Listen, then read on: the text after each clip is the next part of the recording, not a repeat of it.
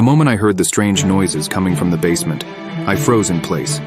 It was a scratching, scraping sound that echoed through the house, sending chills down my spine. I had always hated that basement.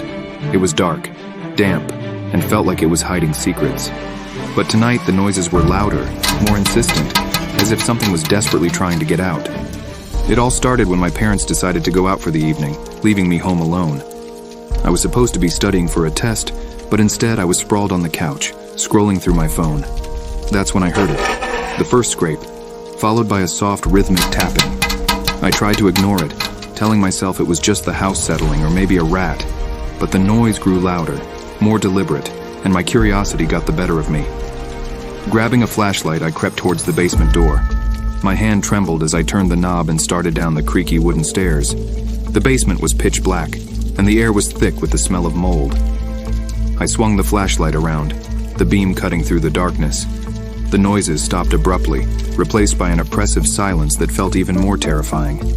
I took a few cautious steps forward, scanning the room for anything out of place. As I reached the far corner, I noticed an old, heavy trunk that had always been there. But now, something seemed off about it. The lid was slightly ajar and deep scratch marks marred the wood.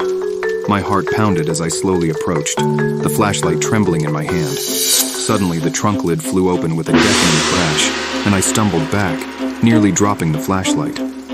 Inside, there was nothing but darkness, an abyss that seemed to swallow the light. My breath caught in my throat as I leaned in closer, trying to see what could have made those noises. That's when a hand, pale and ghostly, shot out from the trunk and grabbed my wrist. I screamed, trying to pull away, but the grip was like iron. A voice, soft and pleading, echoed from the trunk. "Help me, please." In a panic, I kicked at the trunk, finally breaking free. The hand retreated, and the lid slammed shut. I didn't wait to see what would happen next. I bolted up the stairs and slammed the basement door behind me, my heart racing.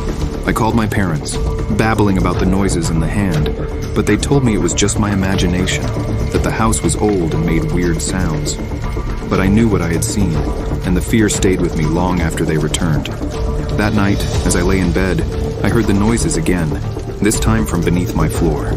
Scratching, tapping, and a faint, desperate whisper. "Help me, I realized with a sinking feeling that whatever was in the basement hadn't been trying to get out. It had been trying to come up.